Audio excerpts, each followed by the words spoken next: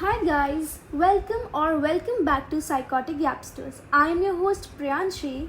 And I'm your co-host Yashika. In today's episode, we'll be talking about drugs and alcohol, what they do to our brains. Let's start with some facts. According to the World Health Organization, over 35 million people globally suffer from drug use disorders, yet only 1 in 7 actually receive treatment.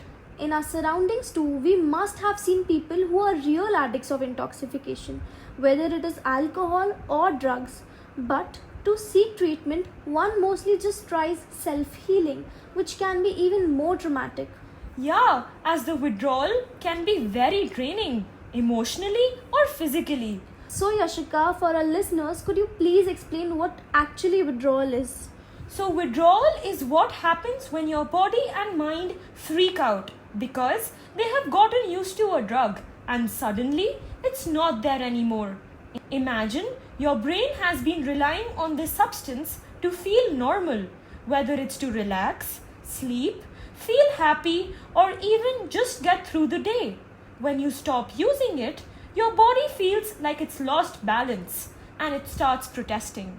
You might experience symptoms like shaking, sweating, feeling nauseous, having headaches, or struggling to sleep. Anxiety, irritability, mood swings, and an intense craving for substance hit hard. So now let's get to the point and talk about what it does to your brain. When you drink alcohol, it changes the way your brain works. At first, it makes you feel relaxed, happy, and confident because it releases a chemical called dopamine, which is the brain's feel-good signal. That's why people often enjoy the first few drinks. But alcohol also slows down your brain.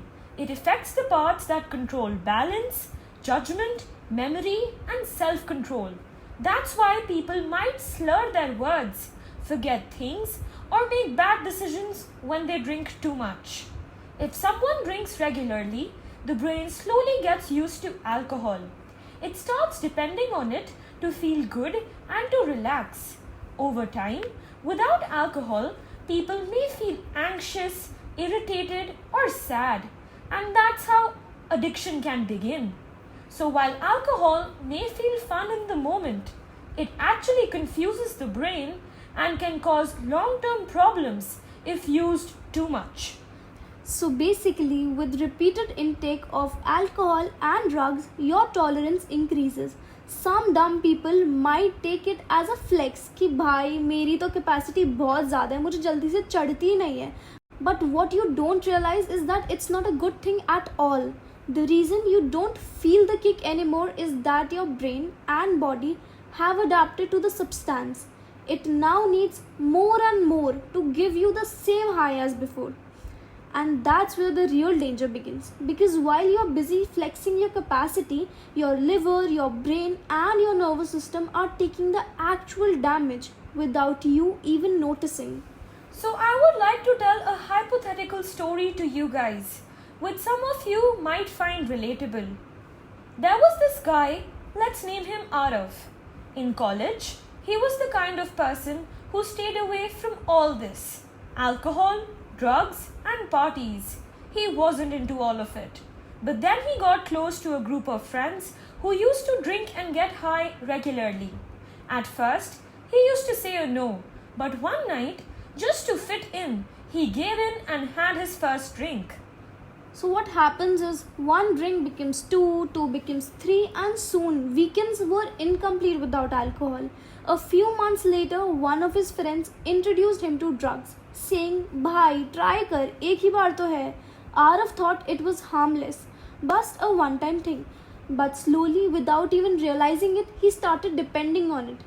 What began as fun with friends turned into a habit, and habits have a way of turning into chains. He started missing classes, fought with his family, and distanced himself from old friends.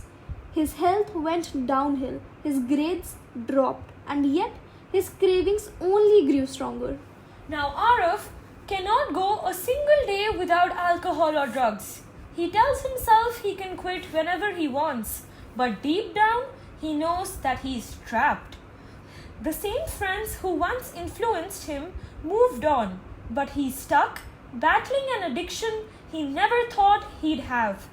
This is what happens when a single choice made under peer pressure slowly takes over your life.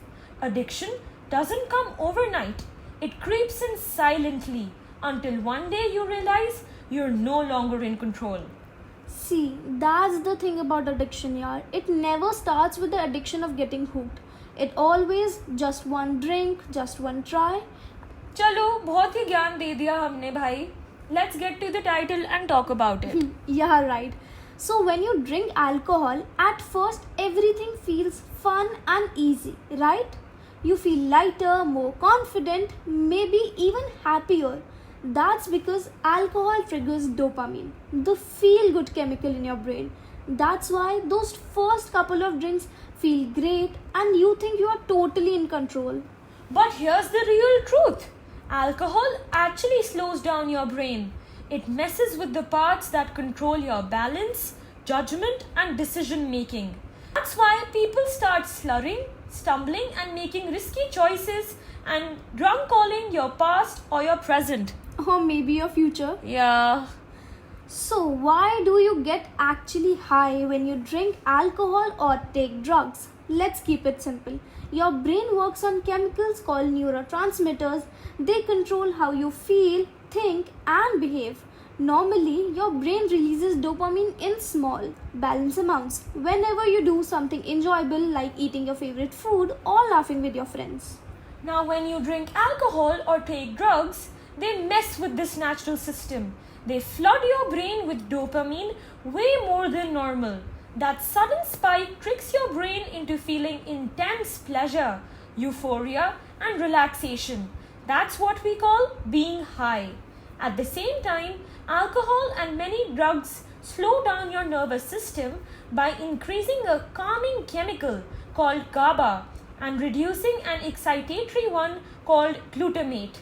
That's why you feel light, chilled, and less anxious. Basically, your brain is being hijacked. It's like pressing the pleasure accelerator while switching off the control brakes. But here's the catch. Your brain doesn't like being overloaded.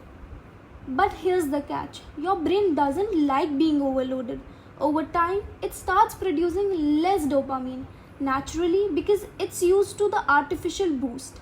That's why you need more alcohol or stronger drugs to feel the high same. This is called tolerance. So that high feeling, it's basically your brain drowning in feel-good chemicals it wasn't designed to handle. And that's why it becomes so addictive. So therefore, as our elders say, everything should be taken in moderation and you should have self-control. Absolutely. And for our listeners, remember, addiction is not a moral failure, it's a health issue. Help is out there and change is always possible. So okay Yashika, I'll be asking you 5 statements and you have to state it whether it's a myth or it's a fact. So the first statement is smoking hookah or shisha is less harmful than cigarettes. I think that's a fact. No, it's a myth. So the reason behind is a 1-hour hookah session can equal smoking dozens of cigarettes. It contains nicotine, carbon monoxide and toxins. Oh wow, I did not know that. Even I didn't know about that. When I researched about it, then I got to know that hookah or shisha is much harmful than cigarettes. Next question is, young people are more vulnerable to addiction than older adults.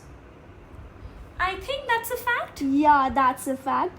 So the reason behind it is the teenage young adult brain is still developing, especially the prefrontal cortex, making it more prone to addiction. That's so cool. Wow. So the next question is, flavored vapes like mango or bubblegum or any other flavor are less harmful. I think that's a myth. Yeah, absolutely. That's a myth. So the reason behind it is the flavors only make them appealing. They still contain nicotine and chemicals that damage lungs. Exactly. So okay guys, the fourth question is that I've heard in my surroundings. I won't tell you the sources. Okay, so the question is, beer to jaw ka pani hai. So basically it is that beer is barley water, so it's not harmful. I think that's a fact. No, that's a myth. So the reason behind it is, even though we can call it barley water, but beer has alcohol which harms the liver, brain and body just like any alcohol drink. That's so nice to know. Yeah. So the last question is that alcohol is digested like food in stomach.